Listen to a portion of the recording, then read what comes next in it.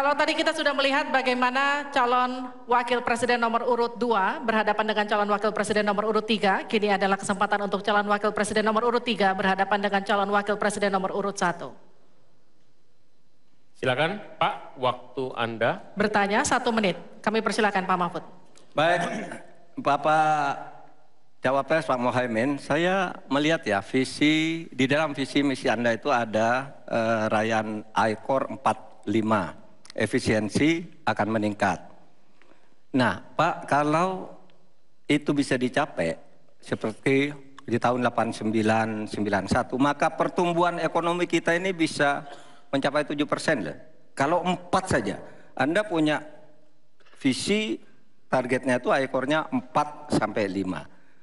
Padahal pertumbuhan dengan 4 saja itu bisa 7% pertumbuhan ekonomi nasional. Sehingga dengan demikian saya kok jadi ingin tahu kenapa di dalam visi misi Anda tingkat pertumbuhan yang ditargetkan hanya 5 sampai 65. Kok tidak berani 7? Kalau 4 apalagi sampai 5 seharusnya berani sampai 7 selesai. Silakan waktu Anda 2 menit. Terima kasih. Kalau membuat target pertumbuhan bisa saja 7-8% bisa saja. Tetapi yang ingin kita wujudkan adalah pertumbuhan yang berkualitas dan inklusif. Di mana setiap pertumbuhan itu memiliki apa yang disebut sebagai dampak langsung di dalam penyerapan tenaga kerja, di dalam peningkatan pendapatan masyarakat, di dalam satu percepatan pemerataan pembangunan. Target 5,5 sampai 6% itu dengan kalkulasi agar kalau kita tidak terlampau realistis, kita khawatir ujung-ujungnya utang luar negeri lagi. Utang luar negeri yang terlampau banyak ini mengakibatkan beban bukan hanya pemerintahan hari ini, tetapi juga anak turun kita akan mengalami banyak beban utang yang panjang. Salah satunya adalah bagaimana agar APBN kita sehat. Sekarang saja prosentasi 3.000 triliun APBN aja untuk membayar utangnya cukup tinggi. Sehingga mengurangi tidak kurang dari 20% APBN kita untuk membayar utang luar negeri. Sehingga target yang berjumlah 5,5% sampai 6,5% itu realistis yang akan tidak membebani bagi proses pembangunan kita di masa yang akan datang.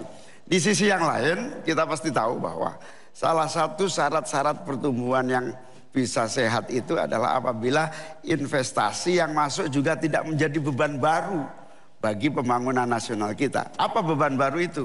Yaitu tingginya tanggungan bunga-bunga yang harus, terutama kalau utang G2G yang menjadi beban berat bagi APBN kita hari ini dan di masa-masa yang akan datang.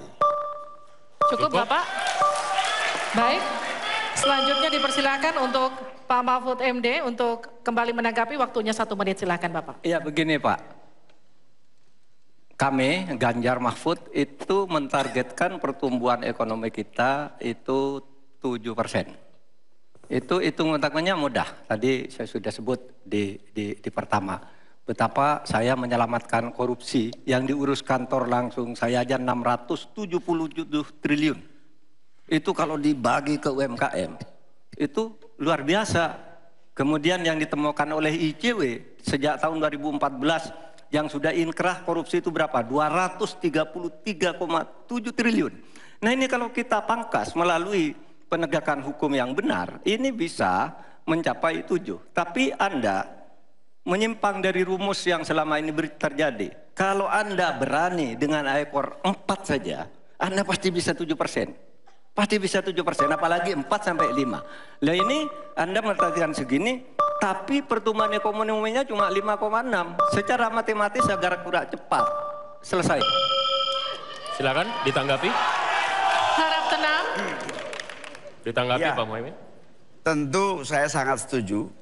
Bukan hanya pemberantasan korupsi yang membawa pemasukan bagi APBN kita, menjaga kebocoran APBN kita, tetapi juga pendapatan negara bukan pajak yang juga menjadi bagian dari andalan.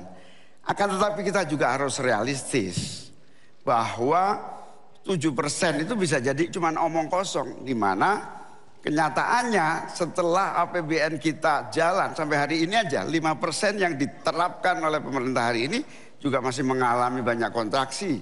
Dalam arti utang luar negeri masih menjadi andalan utama, sekaligus kita juga menyaksikan bagaimana 5% itu realnya di lapangan tidak sampai 5%. Sehingga saya khawatir kalau target 7% itu dipaksakan, ujungnya bukan pertumbuhan yang sehat tetapi pertumbuhan semu yang keropos. Baik. Tenang, kita lanjutkan. Ya.